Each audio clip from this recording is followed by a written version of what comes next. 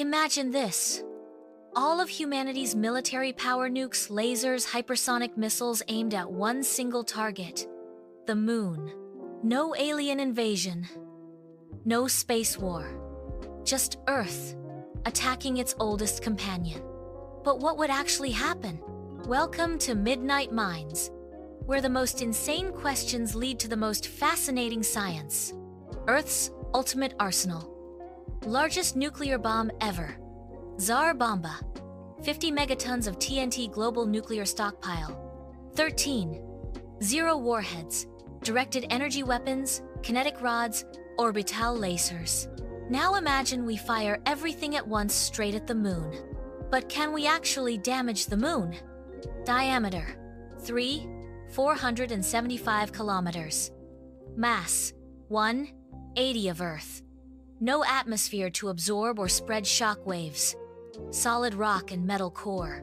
Even with all our weapons, we're up against a giant floating boulder in space. What happens next? 1. No. The moon won't explode. Even if every nuclear bomb detonated on its surface, the moon would not shatter. It would just leave a massive crater.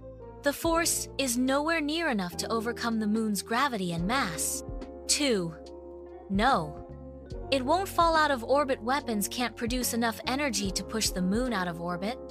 But massive impacts could cause seismic activity. Internal cracks, moonquakes, and structural shifts could occur. 3. But Earth would feel the consequences. Tidal forces would shift ocean patterns, and wildlife would be thrown into chaos. Moon debris could fall to Earth over time. Nights would get much darker permanently. 4. Worst-case scenario. Partial destruction. If enough of the moon breaks off, it could create deadly space debris, mess with Earth's rotation and seasons, and possibly start a long-term chain reaction of instability. So, can we destroy the moon? Not with current technology, not even close. But we can damage it and ourselves in the process. The moon might survive. We might not. What do you think? Should humanity ever even consider turning its weapons towards space? Drop your thoughts in the comments.